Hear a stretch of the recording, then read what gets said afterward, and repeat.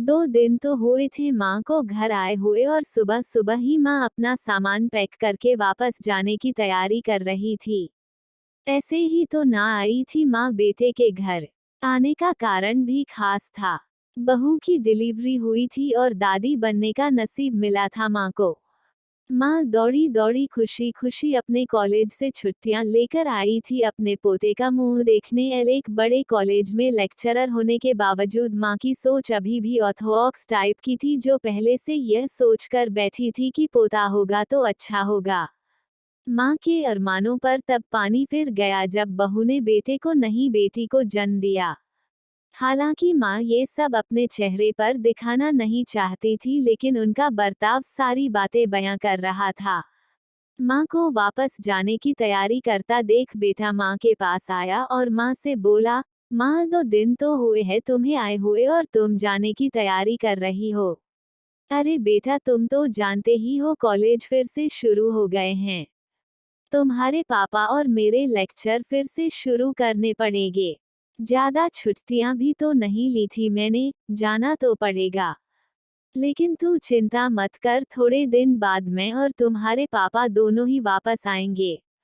अगले दिन सुबह सुबह माँ नहा धोकर जाने के लिए तैयार थी। बेटा किचन से चाय बनाकर माँ को देता है।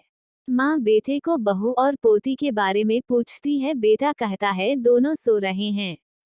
माँ बेटे से कहती है, खुशी की बात है बेटा, तेरे यहाँ लक्ष्मी ने जन्म लिया है, लेकिन मेरी मानो तो अब तुम और बहू मिलकर एक और बच्चा प्लान कर लो ताकि तेरी फैमिली पूरी हो जाए। हो सकता है मेरी बातें तुम्हें पुराने जमाने की लगे, लेकिन थोड़ा प्रैक्टिकल होकर सोचो। बेटा अच्छे से जानता था कि माँ जो कह रही थी और जो कहना चाहती थी वह बातें दोनों ही बहुत अलग थी। बेटे ने अपने जेब से अपना मोबाइल फोन निकाला और उसमें कई मैसेजेस माँ को दिखाए और बोला, देखो माँ तुम्हारी बात तुमसे पहले ये दर्जनों लोग मुझे मैसेज में कह चुके हैं। हर कोई डायरेक्टली या इनडायरेक्टली मुझे यही कहने की कोशिश कर रहा है कि बेटा होता तो अच्छा होता, या फिर आगे बेटे के लिए ट्राई करो। माँ तुम चाहे मुझे जो भी समझाने की कोशिश करो, लेकिन मैं यही कहूंगा कि तुम और पापा दोनों ही अभी भी पुराने सोच को पकड़े हुए हो। और ऐसा मुझे इसलिए कहना पड़ रहा है क्योंकि अगर मेरा बेटा हुआ होता तो आप इतनी जल्दी जाने की तैयारी ना कर रही होती और उसे अपने हाथों में लेकर यहाँ से वहाँ खिला रही होती और पापा भी यहाँ पर होते। 21वीं सदी में जी रहे हैं हम, फिर भी ऐसी मान्यताएं। और आप दोनों से मुझे यह उम्मीद ना थी। आप हजारों बच्चों को लेक्चर देते हो और खुद इस तरह के विचार रखते हो। अगर आप ऐसा मानते हो कि बेटा और बेटी दोनों होंगे तभी फैमिली कंप्लीट होगी, तो मेरे एक सवाल का जवाब दीजिए कि मैं अकेला क्यों हूँ? मुझे कोई बहन क्यों नहीं है? माँ के पास बेटे के सवालों का कोई जवाब न था। वो अपनी नजरें झुकाए वहां से चली गई। बेटा अपनी माँ से बहुत प्यार करता था, वह बिल्कुल उनका अपमान करना नहीं चाहता था, लेकिन गलत विचारों का समर्थन करना भी उसे ठीक नहीं लगा।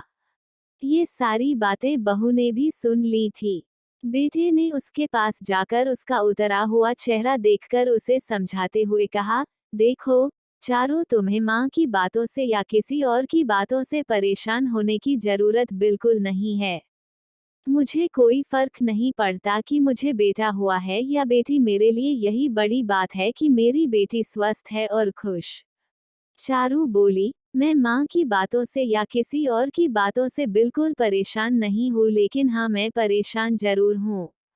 मैं एक समाज सेविका हूँ और मैं हर दिन कई लड़कियों से मिलती हूँ। वह अचरज की बात है कि मुझे आज तक एक भी लड़की ऐसी नहीं मिली जो कहती हो कि लड़की होने की वजह से उसे अलग तरीके से ट्रीट ना किया गया हो या कुछ सहना ना पड़ा हो।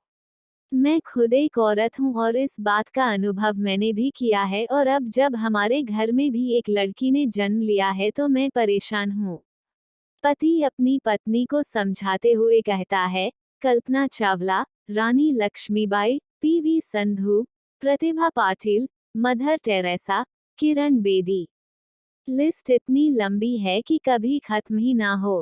क्या इन सब ने ये सब फेस नहीं किया होगा? जरूर किया होगा, लेकिन उन्होंने दुनिया को जो साबित करके दिखाया है और जिस मुकाम पर वे पहुंची है वही हर लड़की को हौसला देने के लिए काफी है। और इन सब में जो सबसे पहला नाम आएगा जो हमारी बेटी को हौसला देगा वो होगा चारू शर्मा का, यानी कि तुम्हारा। हमारी बेटी की हिम्मत और ताकत बनोगी तुम।